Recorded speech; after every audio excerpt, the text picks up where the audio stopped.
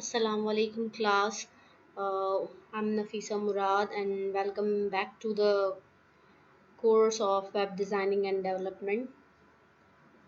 Okay, uh, I'll resume my lecture from the last lecture, what we were doing last time. We were discussing about the basic structure, simple structure of HTML, or we were creating a simple HTML home page using HTML in HTML. Let's see what were our objective. uh, I think so far we have done the header part, navigation part, slider, and the main body. The last part of uh, this lecture is remaining, which is a footer. Now we are going to make a footer and the last task of this lecture. Okay, let's go, let's start. And this is our VS Code, and this is our web. So far we have done this is our header, sorry, this is our header and navigation bar, and this is our slider, and this is our main body. And now what we are doing, after this we are going to make a footer. Okay, let's start how to make a footer.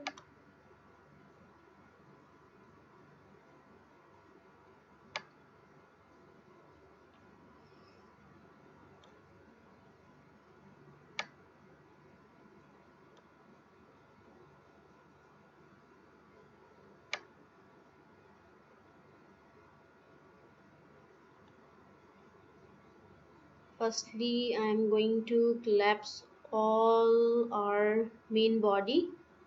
I think this is the right body and left body, and this is the main body. I am going to collapse it. Okay.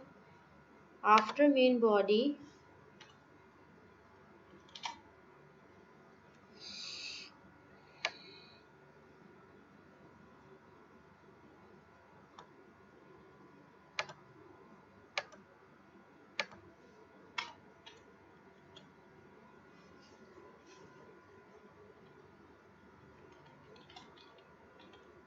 I'm going to make a footer.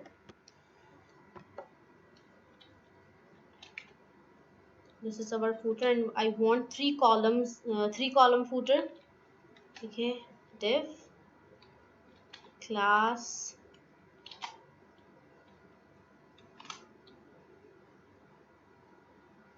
why it is taking so much time. Okay, call. This is the name of our class name of this div, and I want three columns, I said. Then I'm going to copy this, paste it like here. Okay, this is just the design, and after that I want another footer part. This is which is after footer. I'm going to make a div. Okay, एक div बनाएंगे, उसे एक ID दे दूंगी क्योंकि ये footer के बाद का हिस्सा है, तो उसका नाम मैंने फूटर रखा बल्कि फूटर के बजाय। ओके, इनके अंदर मुझे देना है एक एक पैराग्राफ और एक एक heading 3 H3 open and close. मैंने कहा इसके अंदर मुझे लिखना है अबाउट अस। आप कुछ भी लिख सकते हैं, कंटेंट का कोई भी अभी के लिए मसला नहीं है, लेकिन जब भी आप प्रोजेक्ट बना रहे होंगे तो इस बात का आप ख्याल रखेंगे कि जो कंटेंट आप लिख रहे हैं वो कोई डमी कंटेंट नहीं होगा। ठीक है, एट अ टाइम प्रैक्टिस करने के लिए, आपको करवाने के लिए मैं कर रही हूँ, तो ये कुछ डमी कंटेंट मैं लिख रही हूँ जो मेरे दिमाग में अब आ रहा है। लेकिन आप जो है जब प्रोजेक्ट बना रहे होंगे उस वक्त आप डमी कंटेंट नहीं लिखेंगे अपने वेबसाइट के अंदर। ओके,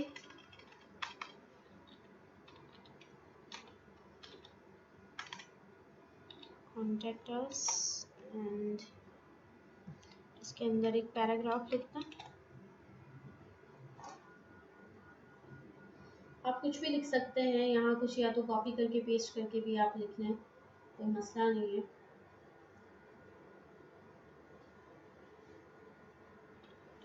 क्या लिखें इसके अंदर, कुछ भी आप लिखें। I am writing like world is based on hope, or I can say complaining soul. OUL.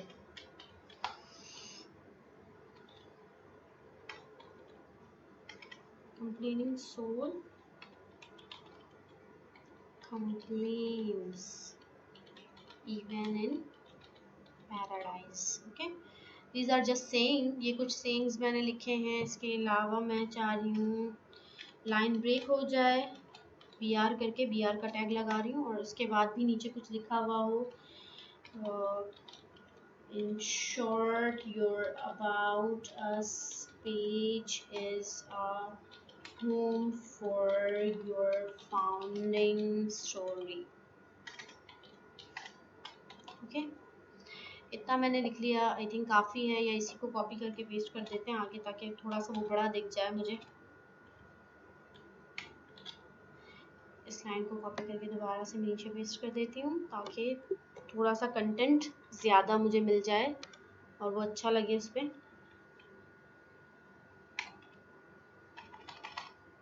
Control V। Okay, अब सेट कर देते हैं अपने जो है ये तीनों कॉलम्स। सेट करने से पहले मैं आपको शो करवा देती हूँ कि किस तरह दिख रहा होगा आपको इसमें। F5 प्रेस करते हैं, नीचे आप देख रहे हैं ये आपका फूटर है। ज़रा इसको ऊपर कर देती हूँ, ये पार्ट आप देखें, ये कुछ इस तरीके से आ रहा है। सही, अब हम जाके इसको सही करते हैं, इसमें CSS अप्लाई करते हैं कि किस तरीके से हम इसे चेंज कर सकते हैं या इसमें स्टाइलिंग कर सकते हैं। लेट्स सी, यहाँ पर हम आए और सबसे पहले हमने अपना फूटर बनाया। आई थिंक आप लोगों को नहीं नज़र आ रहा है, स्क्रीन थोड़ा सा ऊपर कर देती हूँ मैं।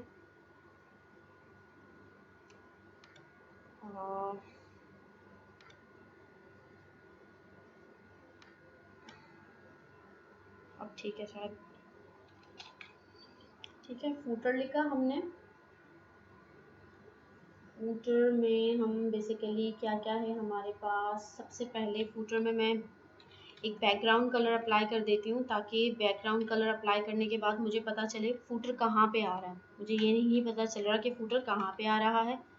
ठीक है, मैंने किया इस पे black colour apply. Let's see, check करते हैं कि फूटर पे कलर किस तरीके से आ रहा है। F5 किया मैंने, ये देखें एक काम, अगर ये चीज़ आपको दिख रही है कि फूटर मेरा मेन बॉडी के बैक में आ रहा है। ठीक है, इसको कैसे सही कर सकते हैं। हमने लिखा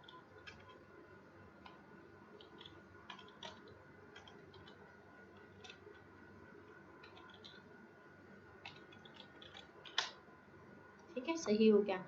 अच्छा, जब भी कभी आप कहीं किसी भी वेबसाइट के अंदर कुछ ऐसा कुछ ऐसी चीज़ें इस्तेमाल कर रहे हो, लाइक आपने जो है यहाँ पे जब हमने इस्तेमाल किया था या हमने बनाया था इस कैटेगरी को लेफ़्ट में, इसको हम राइट में बना रहे थे, लेकिन हमने क्या किया, इसको लेफ़्ट रखा और इसको भी लेफ़्ट में रखा, तो दोनों बॉक्सेस हैं, तो बॉक्सेस को अरेंज करने के लिए हमें फ्लोट लेफ़्ट इस्तेमाल करना होता है अगर दोनों को एक ही तरफ फ्लोट करवाना है। तो मुझे दोनों को लेफ़्ट की तरफ फ्लोट कराना था, लेकिन इस प्रॉपर्टी को जब भी हम यूज़ करते हैं या इस एट्रीब्यूट को जब भी हम यूज़ करते हैं, वो क्या कर देता है, इसके बाद जहाँ पर ये प्रॉपर्टी ख़त्म हो जाती है, मतलब यहाँ पे वो ख़त्म है, और उसके बाद अगर मैं कुछ नए टैग्स इस्तेमाल करूँगी तो वो क्या करेगा, उसके बैक में चला जाएगा या कहीं पे भी पीछे जाके छुप सकता है वो। ठीक है, तो इसके जो है क्या कहते हैं, इनहेरिटेंस को ख़त्म करने के लिए हम कर क्या सकते हैं, बेसिकली हम करते क्या हैं, हम जाके CSS के अंदर क्लियर के एट्रीब्यूट में बोथ का जो है, बोथ के प्रॉपर्टी को इस्तेमाल करते हैं। तो क्लियर बोथ का मतलब है अगर कहीं पे लेफ़्ट फ्लोट लगा हुआ है या कहीं पे राइट फ्लोट लगा हुआ है, तो दोनों को क्या कर दो, बेसिकली क्लियर कर दो हमारे लिए। ठीक है, अब मैं इसमें हाइट और विड्थ दे देती हूँ। हाइट मैं रख रही हूँ इसमें तकरीबन 300 का होना चाहिए, क्योंकि पूरा मुझे 3 कॉलम बनाने हैं इसमें। और हाइट मेरे पास होना चाहिए इसका, हाइट सॉरी, और विड्थ 100% एज यूजुअल पूरा हमें चाहिए ये। अब इसके बाद मैंने कहा फूटर में मेरे पास H3 मैंने लिखा हुआ है।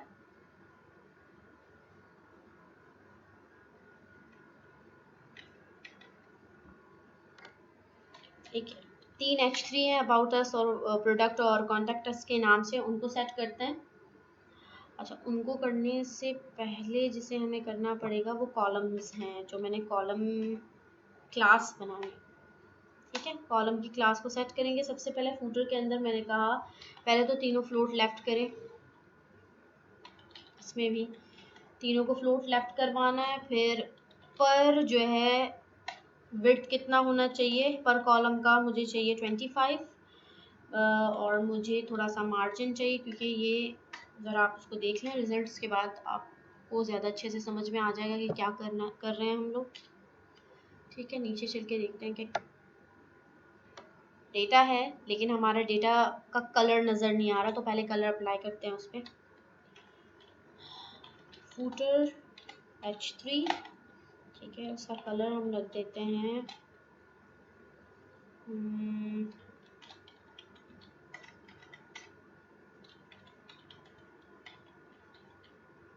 डार्क ऑरेंज रख रही हूँ मैं। लेट्स सी क्या कलर आता है। ठीक है, कुछ इस तरीके से आपके पास नज़र आ रहा होगा। अब ये इनके अंदर ये इस तरह कुछ हैं, 25% ये, 25% ये। अब मुझे तीनों को सेंटर में लेकर आना है, तो यहाँ पे ऊपर जाके मैं मार्जिन लेफ़्ट दे देती हूँ। मार्जिन लेफ़्ट चाहिए मुझे, कितना मार्जिन लेफ़्ट चलेगा इसमें? 5% will do it. Okay, let's see, it's good 5%। लेकिन मेरे पास स्क्रीन कंप्लीट बिल्कुल मतलब क्या कहते हैं मैक्सिमाइज नहीं है, इसीलिए आपको इस तरीके से दिख रहा है।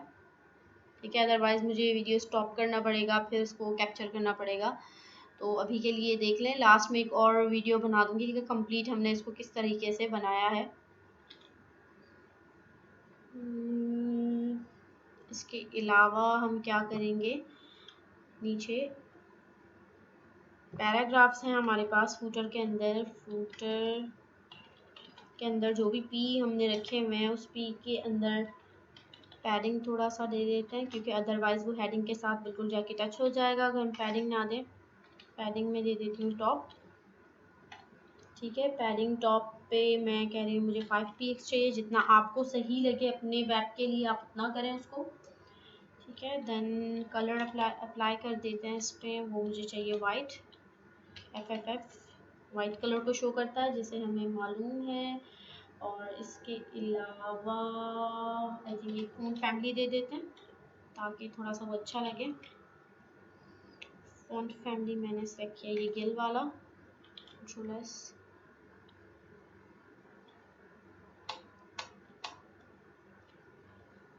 ठीक है, ये देखा। चलो देखते हैं कि किस तरीके से वो शो कर रहा है। ये कुछ इस तरीके से हमारे पास हमारा डेटा आ रहा है। अब यहाँ पे थोड़ा सा आप देखें ऊपर से गैप बहुत कम आ रहा है। अगर हम गैप देना चाहेंगे इसको, तो फूटर पे जाके ऊपर से आप क्या करते हैं, पैडिंग दे दें। या आप काम करें, ये हम कर सकते हैं, ये ज़्यादा बेहतर है। F3 जहाँ हेडिंग है, हेडिंग के ऊपर हमें चाहिए तो हम क्या कर देते हैं, हेडिंग में पैडिंग दे देते हैं। इसके चारों तरफ दे देते हैं तो ज़्यादा बेहतर रहेगा। 10px दे देते हैं। ठीक है, थोड़ा सा बेहतर हो गया अब वो। और इसके अलावा हमें करना क्या है, CSS से हट के HTML पे चले जाएंगे और HTML पे जाके ये जो एरिया है पैराग्राफ का वो मैं तीनों डिव में कॉपी करके पेस्ट कर देती हूँ। ठीक है, प्रोडक्ट के लिए भी यही आप चेंज कर सकते हैं। दोबारा से कह रही हूँ, मेरे पास जो कंटेंट पे इस्तेमाल कर रही हूँ वो डमी है, आप प्लीज़ डमी इस्तेमाल ना करिएगा अपने पास।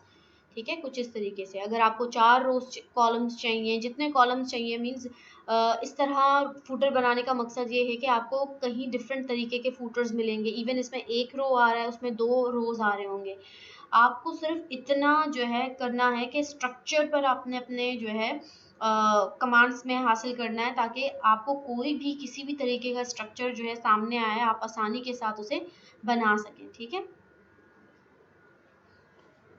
नेक्स्ट नीचे ये मुझे इतना बड़ा नहीं चाहिए, हम इसे थोड़ा सा छोटा कर देते हैं। और नीचे मुझे एक और फूटर के नीचे जो चाहिए एक लाइन, फर्स्ट सबसे पहले जाके थोड़ा सा इसके साइज़ को कम कर देते हैं, क्योंकि मुझे 300 बहुत ज़्यादा लग रहा है। इसके लिए मैं 250 कर देती हूँ। पहले चेक करते हैं 250 किस तरह लग रहा है इसमें। 250 is not okay. I think 200 कैसा रहेगा अगर हम देखें। It's best, okay, it will do. अब नीचे चलते हैं। मैंने कहा यहाँ पे मुझे फूटर पी के अलावा यहाँ कुछ लिखना है। Let's go to the this. ये हम करते हैं, स्टार्ट किया हमने पी एंड देन क्लोज। अक्सर हर जगह आप देखते हैं इस तरह कुछ लिखा हुआ है, ऑल राइट रिजर्व्ड। अपना नाम लिख दें आगे जाके, मेड बाय या प्रिपेयर्ड बाय, कुछ भी। मैं अभी यहाँ पे कुछ भी नहीं लिख रही हूँ। और यहाँ पे आके इसकी थोड़ी सी CSS कर लेते हैं। फॉटर आई थिंक एक आईडी है, FOTER फॉटर। फॉटर के अंदर या फॉटर, हाँ फॉटर खुद भी तो हमें डिज़ाइन करना है थोड़ा बहुत। मैंने कहा थोड़ा सा पैडिंग चाहिए मुझे फॉटर के अंदर टॉप से, क्योंकि अगर मैं उसमें पी लिख रही हूँ तो उसको थोड़ा सा गैप चाहिए होगा आगे पीछे से। आगे जाके मैं थोड़ा सा फ़ॉन्ट वेट उसका बढ़ा देती हूँ। मुझे फ़ॉन्ट वेट थोड़ा सा बोल्ड करना है, वो नज़र आए और अच्छा भी लगे। और जो फॉटर के अंदर मेरे पास पी है वो कैसे काम करेगा, उसका कलर डिसाइड करना है नहीं करना, या पे डिपेंड करता है। और फॉटर आई थिंक नहीं, ये पैराग्राफ के अंदर हम लिख देंगे, ये ज़्यादा बेहतर रहेगा, क्योंकि कंटेंट हमारा पैराग्राफ के अंदर है। इसके विड्थ एंड हाइट सेट कर देते हैं।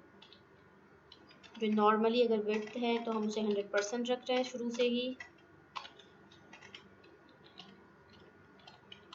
which is 100%। and I think height would be,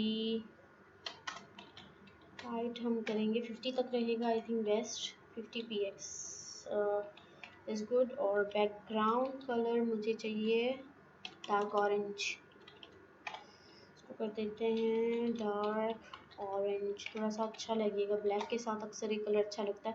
colour combinations देख लिएगा ज़रा आप, जो है जब भी कलर कॉम्बिनेशन आप चूज़ कर रहे हो तो इंटरनेट पे जाके थोड़ा सा सर्च कर लें कि कलर कॉम्बिनेशंस कैसे बनते हैं। इवन कुछ वेबसाइट्स हैं उनके कलर्स फिक्स्ड होते हैं। मतलब अगर मैं किसी रेस्टोरेंट पे वेबसाइट बनाना चाह रही हूँ तो उनके कलर लास्ट टाइम जब मैंने बनाए थे वो नहीं है। रेस्टोरेंट के कलर आपके पास ज़्यादातर येलो होता है, ऑरेंज होता है, रेड होता है, ये कलर्स होते हैं रेस्टोरेंट के वेब को बनाने के लिए ऑफिशियली तौर पर, यह कहते हैं, या अक्सर आप यही चीज़ें देख रहे होंगे। और अगर हॉस्पिटल और स्कूल के कलर्स जब देखे जाते हैं तो अक्सर वो ब्लू में होते हैं। तो ये चीज़ें आपने देखनी है। और इसके अलावा वेब के बारे में कुछ चीज़ें हैं, जैसे पहले ये चेक करते हैं कि बना क्या है इसके नीचे। ठीक है, ऑल राइट रिजर्व आ रहा है, मुझे ये बिल्कुल सेंटर में चाहिए। तो हम क्या करेंगे, इसके अंदर हम लिख देते हैं text align centre. Let's check it. Check किया हमने उसको, ये कलर अच्छा है या हमें चेंज करना चाहिए। I think it will do. अच्छा है, सही है। ठीक है, सारा मैं इसको मैक्सिमाइज़ करूँ और आपको थोड़ी सी चीज़ें अलग से भी दिख जाएँ। मुझे ये नहीं पता चल रहा कि आपको पूरा वेब तो दिख नहीं रहा है, तो व्हाट शुड आई डू। यहाँ से ऊपर का हिस्सा भी नहीं दिख रहा, तो उसको ऐसे कर देते हैं। ठीक है, ये आपके ऊपर का हिस्सा है। देन यहाँ से हम चलते जाएंगे, ये हमारे प्रोडक्ट्स हैं लेफ़्ट राइट, और लास्ट में हमारा है। ठीक है, आई थिंक एक पेज हमारा बन चुका है। नेक्स्ट हम फिर कंटिन्यू करते हैं। मतलब एक जो होम पेज है, होम पेज का पार्ट आपका कंप्लीट हो चुका है। अब आपको सिर्फ इससे ये प्रैक्टिस करनी है कि अगर कोई कभी भी आपको किसी किस्म का भी स्ट्रक्चर दे दे वेब का, जैसे मेरे पास सिर्फ पैराग्राफ में हमने पैडिंग और ये अप्लाई की। अच्छा, आई डोंट नो आपको कितना सुना है आप लोगों ने, ये थोड़ा सा ऊपर करके देख लेते हैं। अच्छा, मैं ये बता रही थी कि इसको करने का ये मकसद है, अगर आप इसमें प्रैक्टिस कर लें अच्छे से, आपकी तैयारी अच्छे से हो जाती है इसके ज़रिए, तो आपके लिए ये है कि आप किसी भी किस्म के वेबसाइट के स्ट्रक्चर को आसानी के साथ बना भी सकते हैं। और इवन जब कभी आप इस लेवल पर पहुंच जाएंगे, आपको कहीं से वेबसाइट या किसी और के वेबसाइट पे काम करना पड़े, तो आपको जब इन चीज़ों पर एक्सपर्टीज़ हो जाएगी तो किसी और के भी वेब पे काम करना आपके लिए आसान हो जाएगा। आपके लिए गलतियाँ देखना, ढूंढना और उनको ख़त्म करना आसान हो जाएगा। ठीक है, तो हमने ये बनाया, इसके ये सारे पार्ट हैं और ये नीचे आपके पास फूटर नज़र आ रहा है और जो मैंने लास्ट में बनाया है वो फूटर के नीचे वाला हिस्सा है। ओके, अगर आप देखें ये ऑल राइट रिजर्व जिस पे लिखा हुआ है, ये 3 कॉलम वाला मेरे पास फूटर है। बेसिकली इसमें ये सब कुछ तो नहीं लिखा हुआ होता है, मैंने आपसे कहा है कि मैंने डमी डेटा डाला हुआ है। तो आपने क्या करना है, आप जब प्रैक्टिस कर रहे हैं तो वेल एंड गुड, आप जितना भी डमी डेटा उसमें डालना चाहें आप डाल सकते हैं, लेकिन जब भी आप कभी भी प्रोजेक्ट पे काम करें, आगे जाके मैं आपको प्रोजेक्ट करने के लिए दूंगी, तो मुझे कहीं पर भी डमी डेटा नहीं चाहिए।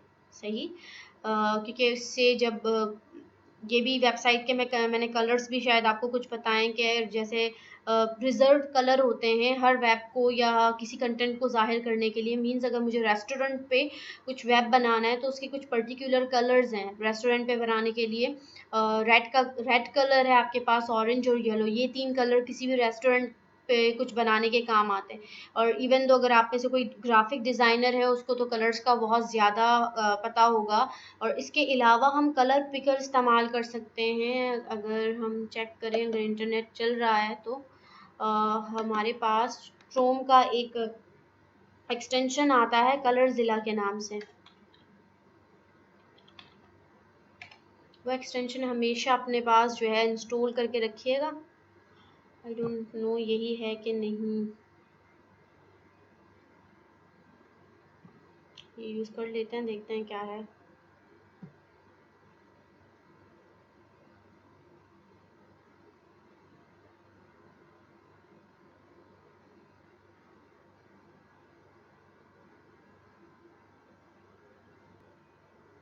ठीक है, ये आ गया ऐड टू क्रोम।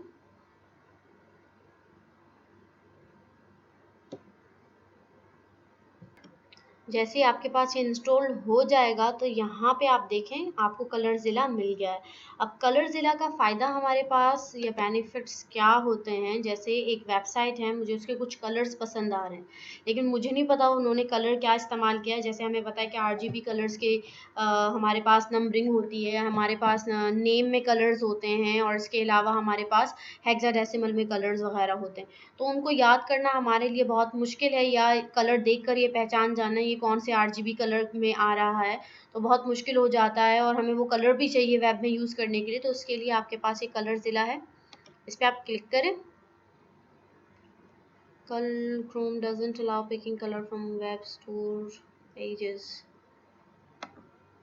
ठीक है, इस तरीके से वो आपको कहीं पे भी ये शो कर रहा होगा और जहाँ पे भी आप उसे क्लिक करेंगे वो आपको वो कलर रिटर्न करके दे देगा। ओके, कुछ इस तरीके से ये आएगा। यहाँ पे आपके पास पेज कलर पिकर को आप एक्टिव करें और जहाँ पे भी रखेंगे वो उस कलर को क्या करेगा, पिक करेगा।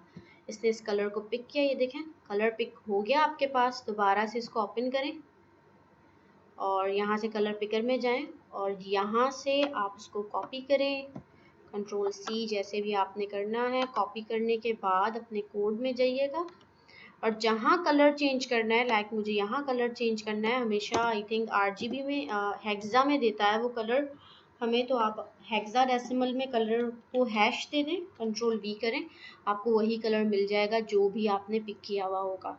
ठीक है, thank you for watching the video and we will meet इंशाल्लाह on next lecture. Next lecture में मिलते हैं, आज के लिए इतना ही। अल्लाह हाफ़िज़।